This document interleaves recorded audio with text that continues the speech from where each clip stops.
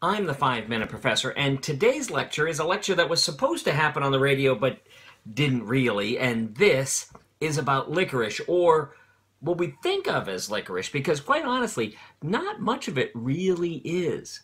If it's a savory foodstuff, it's probably anise, anise seed, or fennel, or maybe even star anise.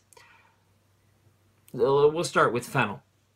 It's used in a variety of cooking styles, including Indian and Italian. Fennel's a member of the carrot family. If you've ever seen, it looks like celery, but it tastes like licorice, or it looks like celery, but leaves a licorice taste in the food, that's fennel.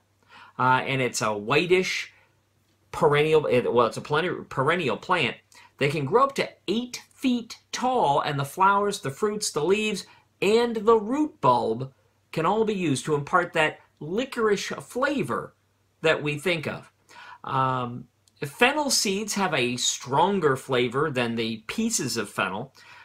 So do vaguely related anise seed and star anise. India is by far the largest producer of anise, star anise, and fennel. And aside from food, anise is also a flavoring used in drink. The Greek ouzo, the Jägermeister from Germany, the Sambuca of Italy, and the French Pernod are all anise or fennel-flavored liqueurs. And at one time, the most famous of all of the fennel or herb-flavored liqueurs was absinthe. And late 19th, early 20th century, it became a target, laser focus of the teetotalers, of the prohibition movement, really zeroed in on absinthe, and in a lot of countries, still not legal today, in the 21st century, for goodness sakes. And truthfully, there's nothing magical. Absinthe, almost a victim of its own marketing. It is reportedly able to cause hallucinations, and it's because of wormwood, which it's just an herb. It's just a flavoring. There's nothing special about it. Let me tell you what the real magic of absinthe is. It was typically sold between 90 and 150 proof. Well, that'll give you some hallucinations. Absinthe would be served with a little bit of cold water, a slotted spoon, and a piece of sugar. And you pour some cold water on top of that sugar and melt just a little bit, drip down, and sweeten a really strongly flavored, highly alcoholic beverage. Ernest Hemingway was once challenged to come up with a drink using absinthe. He created what he called Death in the Afternoon.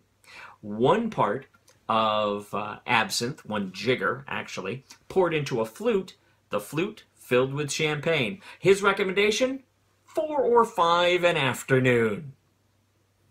So now licorice. Licorice is a real thing. It's a plant, and it's a little bit woody, and you can chop up the root, and in some cultures, you can dry that root and chew it, and it has that fantastic licorice flavor.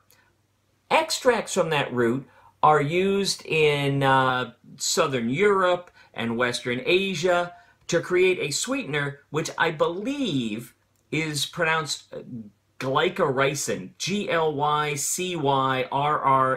Glycyrrhizin, or 100 million points in Scrabble. Either way. But glycyrrhizin is a sweetener that is somewhere between 30 and 50 times sweeter than sugar. It also is an expectorant.